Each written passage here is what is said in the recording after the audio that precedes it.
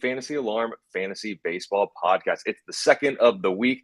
I am back. I'm going to have some comments for James Grande here in a second, who, while he did admirably fill in and beggars can't be choosers while they're out doing other things, still have a bone to pick with him. I will get to that in a second, but I want to talk to you, Matt Selz, at the Selzman on Twitter. It's been about a week or so now since I've last seen your face here on the stream. So, one, I will say it first, glad to be back with you. But two, how is everything going for you? Oh, not doing too bad. Watched an electric LSU Wake Forest game, winner take all in the semis of the College World Series last night. Scoreless into the bottom of the 11th. It was amazing. Doing pretty good. Yeah, it's entertaining to me though that you're now back and Grande is himself on vacation at this Yeah, point. So yeah, it's something where this guy just gets so much time off that he gets to go do it. He gets to go on these elaborate trips. He's got these friends that get married, and he gets to go to these places. Yes, this is not a virtual background. I am on a semi vacation. It is another one. Yes, I get it. He's not wrong. I do take a lot of trips, so I mean he is right. But no, he's now on vacation. So I hope one thing that always goes unnoticed that I always get to hear when I tuned in before I jumped on the plane, I downloaded the pod that y'all did. And I was like, I'm going to listen to this on the plane. I made it the first minute in. I was like, I'm just going to get trashed the whole time. So I'm just going to fast forward through these first couple minutes. Let's get into the analysis and stop the James trashing me in my player friendly contract that I have working here. I did give you credit for a lot of vacation days for all the hats you wear. So yeah, I get it. I mean, there's a couple different things involved, but yeah, I mean, I got my time off. I work hard for it, so I'm going to take it. But like what I was saying, one thing I never hear come out of James' mouth is, I hope Colby has a good time. All it is that I'm just not here. So you know what, James? When you're listening to this, I hope you have not only a good time, but the best time on this little vacation that you have here. I hope it's wonderful. Can't wait to have you back. But I'm glad that I get to be in this chair next to you, Matt, as we break down what has happened here. And we have to start with the injury news that tanked a couple of my sports bets here. I live in a state where I can't bet. I am traveling in a state where I can. And the Shane McLanahan injury wrecked me yesterday, as I had McLanahan 6+ strikeouts and the Rays to cover, neither of which happened. He left with an early injury. They're calling it mid-back tightness. We don't have a lot of kind of news on that yet.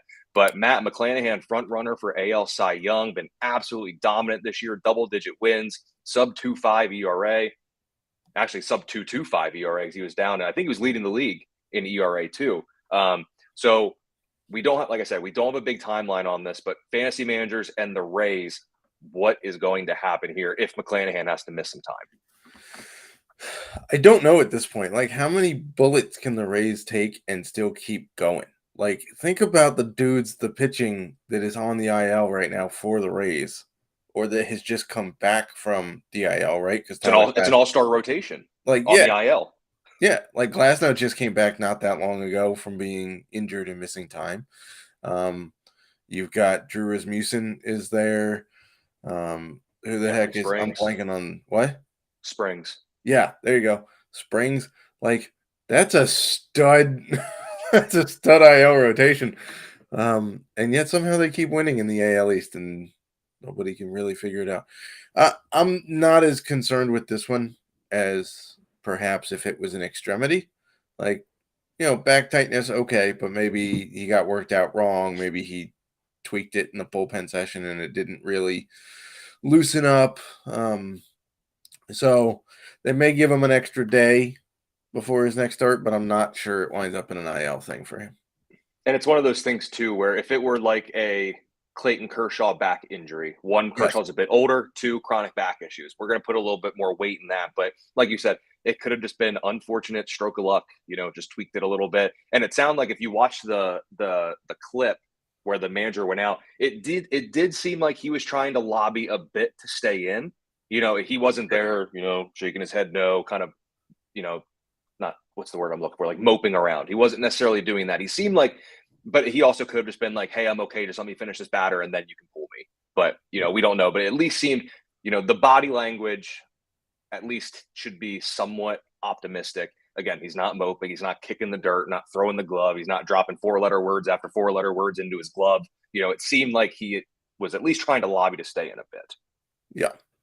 So It's always a good time when they're lobbying to stay in. So yep. I'm not as concerned with this one as we have been with other Rays issues. Yep. And we'll want to keep an eye on the timeline for McLanahan so that way fantasy managers can prepare potentially for his absence or just make, short-term arrangements if he's only going to miss a start or if he even just gets pushed back a couple of days. But Matt, on the other hand, there are a couple notable returns looming. Jazz Chisholm is on his rehab stint. I do believe in his first rehab game, he did play 7 innings. So it seems like he should move through this fairly quickly. Carlos Rodon, we may actually see him, believe it or not. There's still plenty of time for him to re-injure something. So we'll have to see how that goes. But he looks to be about 2 to 3 weeks away because they want to get his pitch count up to about the mid-70s, I believe, what I saw. And then in Detroit, Tarek Skubal coming back from left flexor tendon issue to get up to 52 pitches in his last rehab outing. So if they're going to go off of the mid-70 count, he may only need one more. So to me, Matt, Jazz Chisholm is the one that I'm most excited for the return here, just from the fantasy perspective. Power, speed, fingers crossed for the batting average that it comes up a little bit. But of these 3, which ones are you most excited for to return? Well, personally, I have Jazz Chisholm on Same. That's why on my home league, and Yep. I have both Chisholm and Judge both out, so my power and speed are taking some hits here. But the Miami lineup has been doing really quite well, so I'm hoping that between Arise still hitting around 400 and Brian De La Cruz hitting pretty well. You got a few other, Jorge Soler, let's not sleep on him. He's got over 20 homers at this point. I'm hoping he's going to get some pitches to hit is what I'm hoping for. And then he does what he should do with those. So I am most excited about his return. In terms of pitching, I don't know. I'm waiting on bated breath to see if we actually get Carlos Rodon in pinstripes at any point this year, because given the injury updates we've gotten from the Yankees recently about, Judge might be a week, he might be a month, he might need surgery, he might not, it might be a season, it might not. I have no idea what to believe with Carlos Rodon at this point, and whether he's actually over it, or if the training staff can keep him healthy, because there's a lot of soft muscle, soft tissue injuries going on with the Yankees, which is usually a training staff problem. So Skubal was actually looking pretty good before he got hurt. So we'll see, but it is the Tigers, and nothing really excites me about the Tigers this year. I think when it comes to Carlos Rodon, I think you can just insert a heavy sigh afterward. It's like, Carlos Rodon, yeah, he's on my team. The start would be nice. Maybe 2. A couple strikeouts would be cool. Been waiting long enough for this guy. So I would just be cautiously optimistic with him. Like I said, remember he said he pitched through it last year, and we've talked about it here before, more so with hitters coming back from wrist and injuries like that. But there is a difference between healthy and healthy enough. And that's where we're going to have to see where Rodon falls in that list there. But Matt, you do great stuff with the prospect report, the prospect rankings here at Fantasy Alarm. So if you haven't seen all of Matt's great prospect work, you have to check that out at fantasyalarm.com. But Matt, a couple guys want to talk to you here because it is Friday. So we're down on the farm for Farm Fridays with Matt Selz at the Selz Man on Twitter. So Matt, let's start. Big name pitching prospect came up. Gavin Williams made his debut. A little bit of a mixed bag, almost completed 6 innings. Not bad, getting deeper into the game. 4 strikeouts, 4 earned runs. We saw his 4-pitch mix. Only a 19% whiff rate and didn't quite get as many swings out of the zone as you would like. But from his time in the minors, we've seen that the upside in the strikeout department is there for him. So how high are you on Gavin Williams for 2023 and beyond?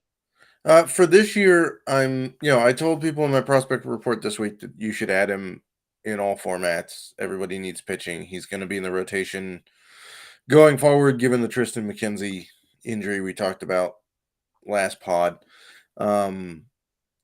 This year, though, if you're expecting him to be an ace caliber ad, that's not what's going to happen this year. He's getting his feet wet in the majors. It's still a pretty big jump from AAA to MLB to set guys up and get strikeouts and whatnot. But going forward, he's a number 2 starter.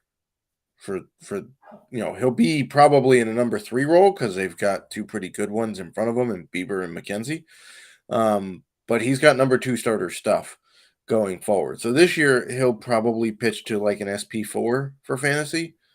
And then next year I would expect him to be, another tick above that, maybe burgeoning on an SP2. Depends on what the rest of the AL Central's offenses look like. Yeah, and Gavin Williams is a guy too. Like you said, Adam in all formats, very good. And yes, so what? He didn't dominate in his debut. Not many do. It's a very hard game to play, so there's still a ton of upside there with him. And who knows if Cleveland ends up making a move, aka selling somebody at the deadline, his spot in the rotation that's probably already secure. There, any concerns of him getting moved out at any point have to essentially be negated if Cleveland maybe moves on from one of their top right-handers, aka Shane Bieber. Yeah, I'm less convinced that they're moving him now. I don't remember what his contract status is, but I don't believe he's a free agent at the end of the year. I'm less convinced that they're going to move him now because the AL Central is still pretty wide open. Like, if they get hot, there's really no reason why they can't go win that division. Yep. I think you're right, but you never know. I mean, there's still time leading up to the deadline. A bad week or two. They could do what the Reds have done and go on a tear, or they could go on a skid like Pittsburgh has done, lose a bunch, and just become sellers. So there's still plenty of time for the deadline. I'm looking forward to our trade deadline pod, by the way, when that comes. That's going to be a trade fun deadline is August 1st, by the way, for those of you who don't remember when it is this year.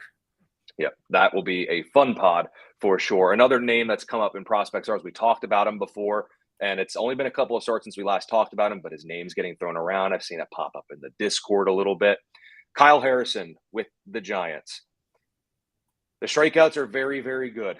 We've talked about that. And in June, though, his 6 walks through 13 innings, not great, but maybe it could be seen as an improvement for him based on where he was prior. It's a tough thing because the shiny new toy, we talk about with that meme, right? The fancy prospect, here's me looking at them and like a sure thing is kind of over here. What do we make of Harrison? Is this something where like the strikeouts are great, but until he harnesses this command, they're not calling him up? Or is this a thing when he does get called up, just because the strikeout potential is so immense, we have to add him? Like the big thing I'm trying to weigh here is the juice worth the squeeze with Harrison, knowing that I'm probably going to get 3 2/3 of every start, 3 walks, 3 earned runs, and 6 strikeouts. Like the strikeouts are good. Nothing else is all that great. Like what do we make of Harrison here specifically for 2023? How excited are you about Blake Snell? I don't really like roller coasters. Okay. Well, the stat line you just described from Kyle Harrison is Blake Snell, right? I mean, in addition to both of them being lefties. I thought coming into the year that Kyle Harrison could push for a rotation spot in spring training, and then control issues. Like he started kind of banged up, right? And then control issues have cost him. It's not that he's not pitching great.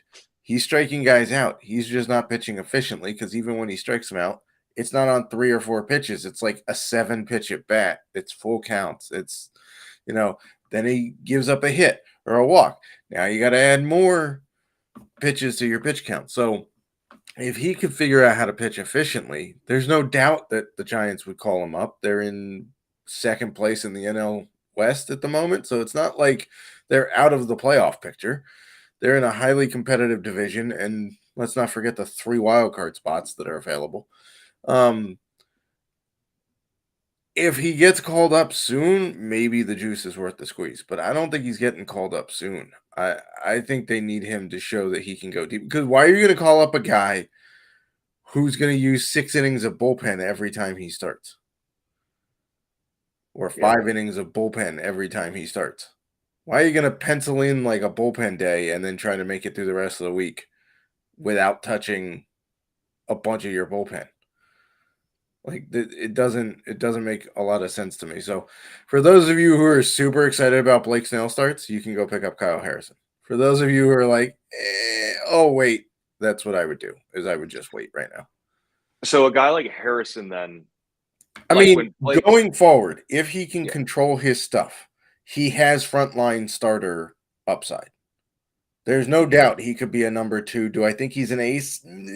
Maybe. Like the Giants haven't really gone with a traditional ace for a while. right? Like Mad Bum in his peak is about as close to a traditional ace as they got. And if you look at his stats, it still wasn't like incredibly ace-like, right? So for me, he's got like, number 2 starter stuff if he can figure it out. Mhm. But like if his whip was high because of hits and home runs, I could brush it aside because of it's the PCL. Everybody gets hit. It's not a good pitching um league. But it's not, it's walks. It's self-induced. So that's a problem he's got to sort out. With with a guy like Harrison, then like when Blake Snell is on, he's on and he's Right. very good. But like another kind of inconsistent, erratic lefty that comes to mind to me is like a Reed Detmers type.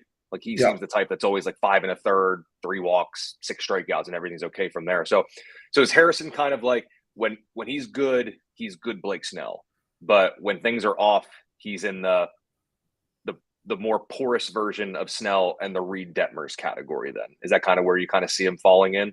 Yeah, you could also toss, and I know Sandoval doesn't necessarily fit, but you could throw Patrick Sandoval into that. Like a guy who has the stuff, but it doesn't always click. So we'll see. I mean, Harrison's still relatively young. Mhm. He's, this is his first full year at AAA, and he did start a little a little slower. So we'll see. I'm not saying that the guy's done because he's had one bad half a season at AAA. Um, but control issues are definitely a problem. And then in this week's prospect report that you did, I was reading through it, and one that was very interesting to me was Colt Keith. So he is a guy that you talked about this week. I'll let you kind of expand upon him a little bit here, but is he any chance for a 2023 call up, or are we more so looking at 2024 before we see Colt Keith in the bigs?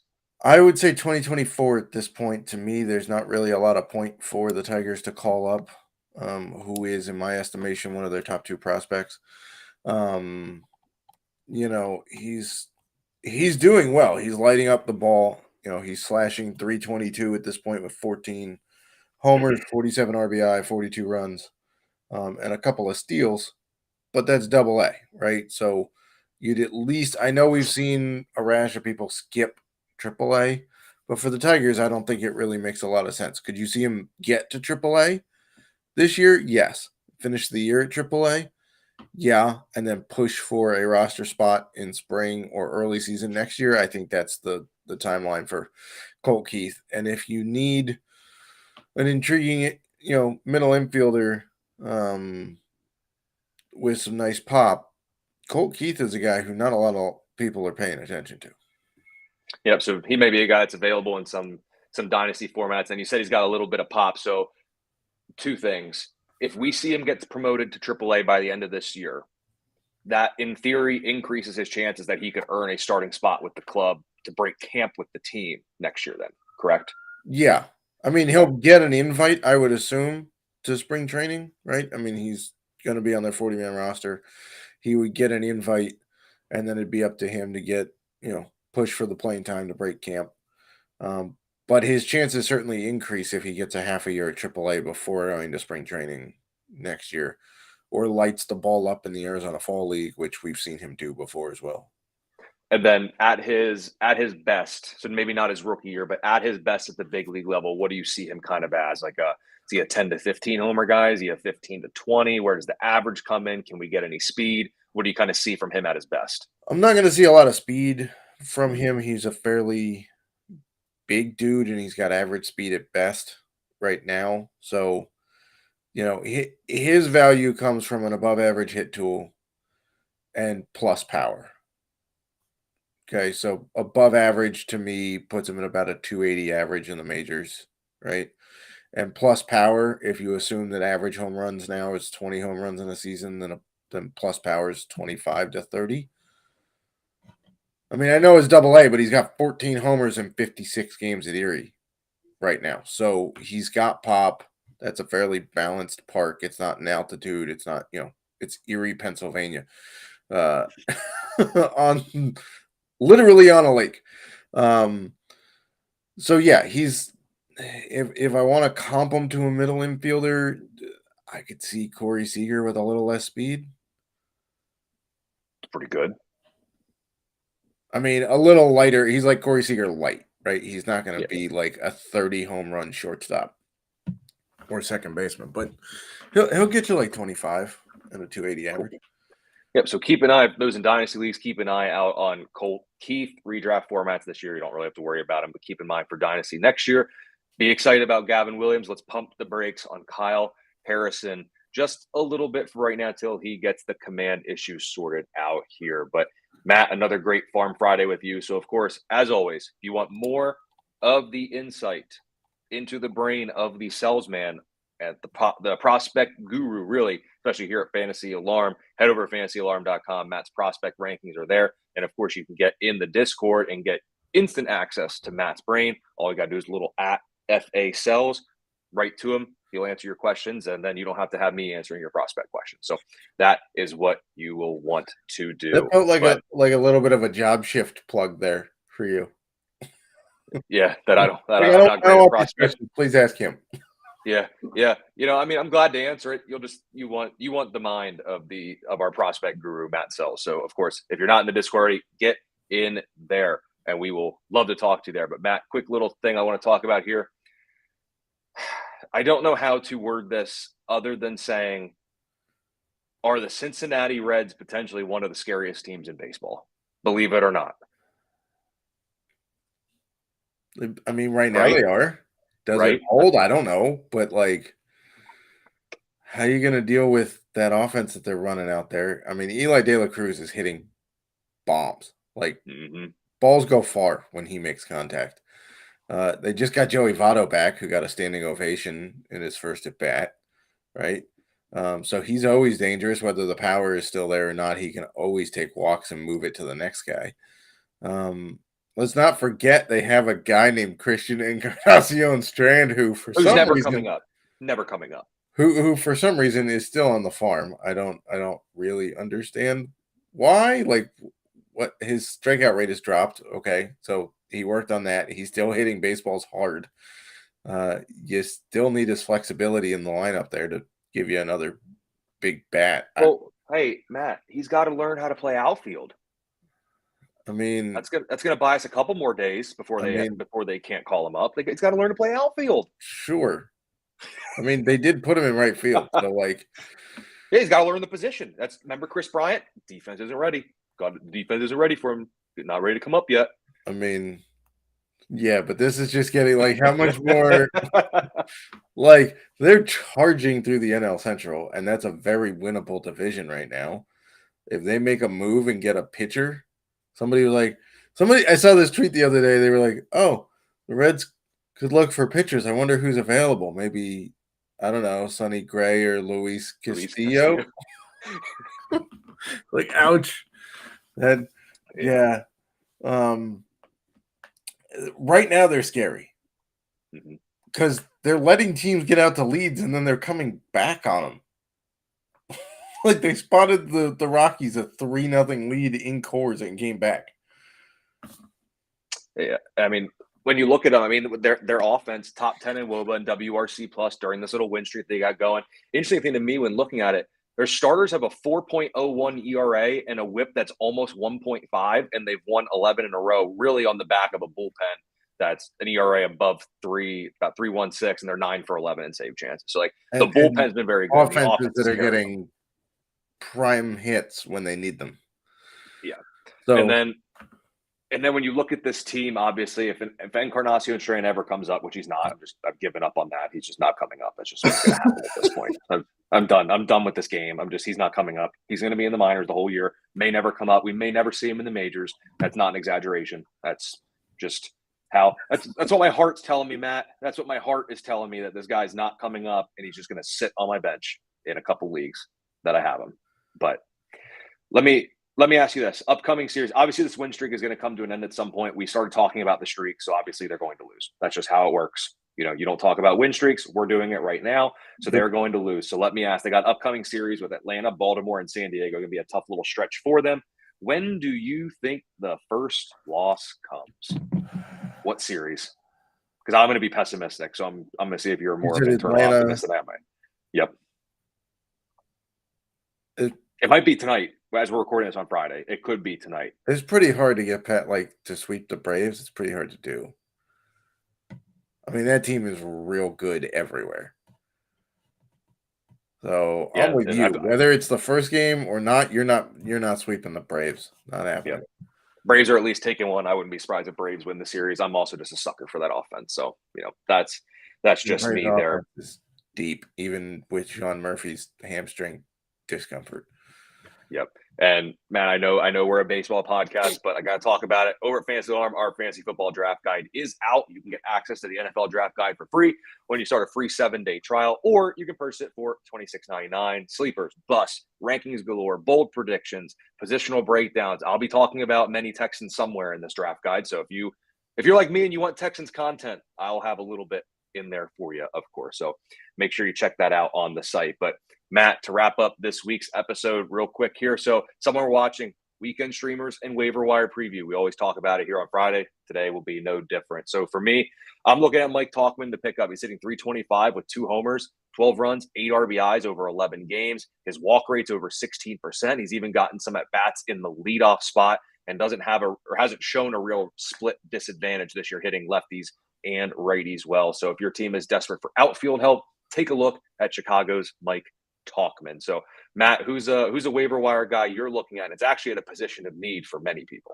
Yeah. By the way, the Mike Talkman thing just reminds me that former Yankees are doing better outside of the Yankees than just look at Aaron Hicks with Baltimore, for God's sakes. Yeah, my guy that I'm picking up, if you're in a Selz league or a league in which you get credit for holds, Phil Maton is not really highly owned on Fantrax. He's like 12% owned. And I get it, holds are not a sexy stat to bank on and whatnot, but he's got 4 of them right now, which is pretty decent. His K per 9 is 10.22. Who doesn't need help in strikeouts? Okay. And he's not going to kill you in the ratios either, with a 1.46 ERA and a 0.83 whip. He's gotten a decent amount of run of late for the Astros, being a trusted guy for Dusty Baker's bullpen use. Always a good thing. Always a good thing. The Astros are in a dogfight in the AL West, which I don't think anybody really saw coming. And so they're going to need their studs in their bullpen down the stretch. Maton is one of those. He's not going to cost you very much to get, like, at all. You could basically get him for free. So that's another bonus too. And then for the weekend streamer, this is a horrible weekend for streaming options. Matt and I agreed, so we just co-signed the 2 main streamers that we're looking at here, and it's not great. But Joey Wentz and Reese Olson for Detroit going up against Minnesota Friday, as you're probably listening to this, and Saturday. Minnesota strikes out a ton, especially a lot against lefties. I think Wentz is my preferred one to Olson, just given how bad it is. Wentz did have 9 strikeouts his last time out against Minnesota. Olson's got 2 good pitches that he can get batters out with, and has 6 or more strikeouts in 2 of his 3 starts. Olson, 29% owned in Fantrax, and Wentz is just 16% over on Fantrax. So those are our weekend streamers, our waiver wire preview, our look at the fantasy baseball landscape heading to the weekend. So, of course, use Alarm50 for 50% off 6 months of all access over at fantasyalarm.com. Gives you access to our award-winning DFS Playbook Pro, access to Discord, exclusive DFS tools. And, of course, if you're in the Discord, you can pick the brain of the prospect guru,